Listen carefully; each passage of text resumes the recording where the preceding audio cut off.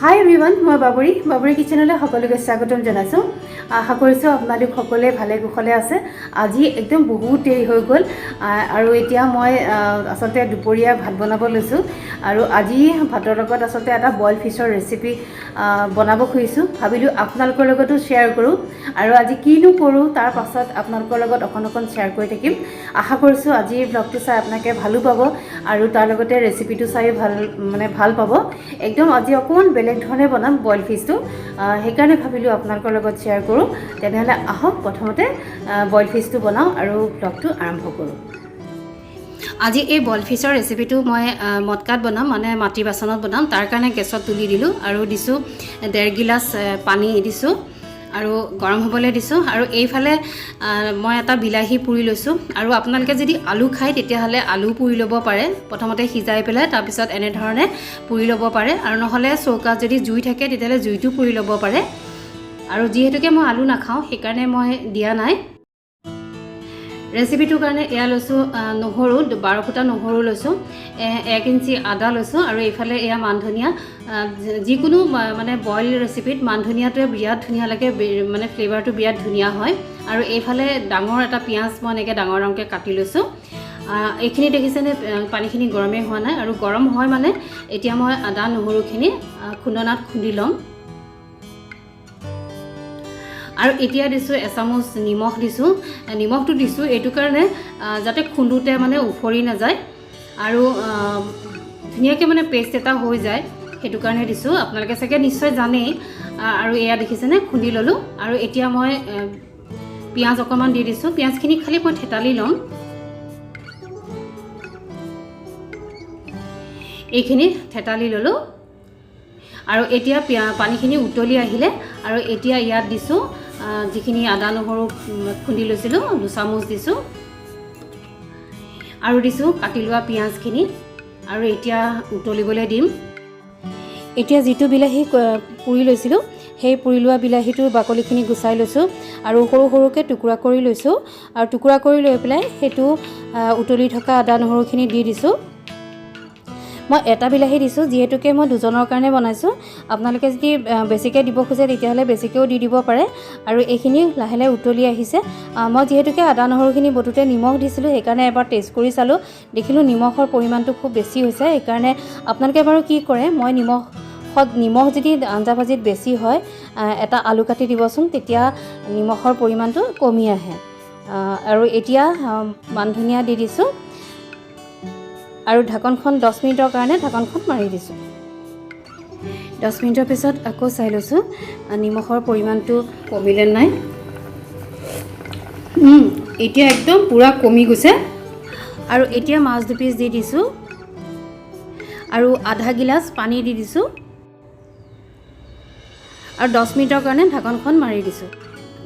এতিয়া গেছৰ ফ্লেমটো একেবাৰে ল' কৰি ৰাখিছোঁ আৰু যিকোনো মাটিৰ বাচনত যেতিয়া বনোৱা যায় তেতিয়া গেছৰ ফ্লেমটো হাই কৰি ৰাখিব নালাগে।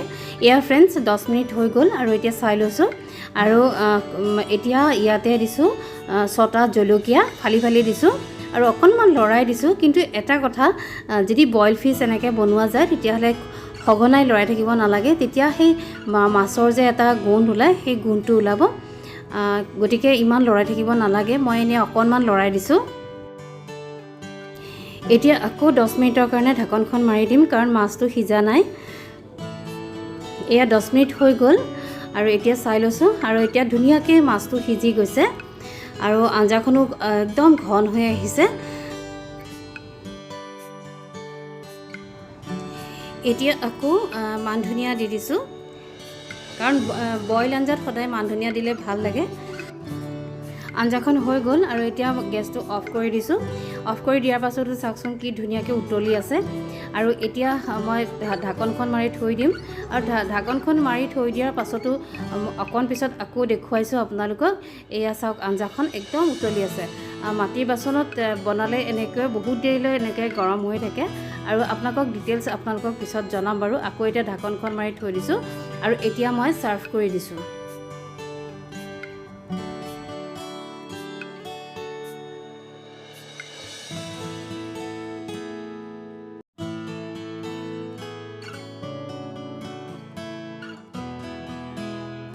হেল্ল' ফ্ৰেণ্ডছ, ভাত পানী খাই উঠিলোঁ আৰু অৱশ্যে সময় হ'ল আৰু ভাত পানী খোৱা আৰু মানে আজি যিটো বইল ফিছ বনাইছিলোঁ বিৰাটেই টেষ্টি হৈছিলে। অকণমান বেলেগ ধৰণে বনাইছিলোঁ, মানে অকণমান টেষ্টটো বেলেগ ধৰণৰ হৈছে, খাবলৈ বিৰাট টেষ্টি হৈছিলে। আপোনালোকে এবাৰ ট্ৰাই কৰিব। আৰু এতিয়া মানে আবেলি হৈছে আৰু এই সময়খিনি মোৰ ইমান ভাল লাগে, সেইকাৰণে আপোনালোকৰ লগত অকণমান শ্বেয়াৰ কৰিছোঁ।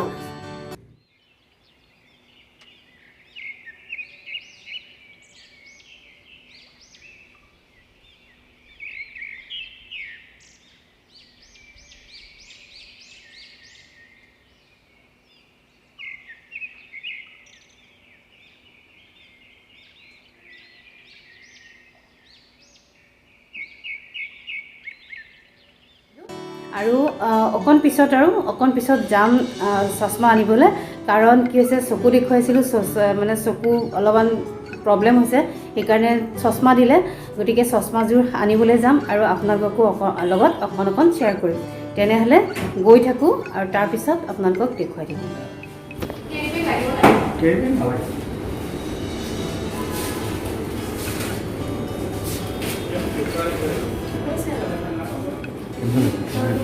ভাল লাগিছে।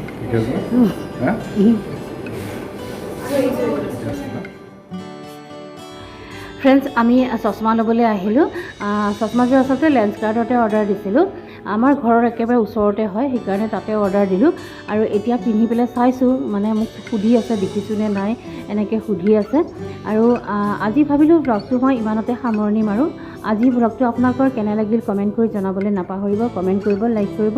আৰু যদি মোৰ চেনেলটোলৈ আপোনালোকে প্ৰথমবাৰৰ ভিজিট কৰিছে আৰু এতিয়ালৈকে যদি ছাবস্ক্ৰাইব কৰা নাই, তেনেহ'লে প্লিজ আপোনালোকে ছাবস্ক্ৰাইব কৰি ল'ব আৰু কাষত থকা বেল আইকনটো প্ৰেছ কৰি অন কৰি দিবলৈ কিন্তু একেবাৰে নাপাহৰিব। তেতিয়াহে মই আপলোড কৰা ভিডিঅ'বোৰৰ ন'টিফিকেশ্যন আপোনালোকে পোনপ্ৰথমে পাই থাকিব। আজিলৈ আহিছোঁ, বাই।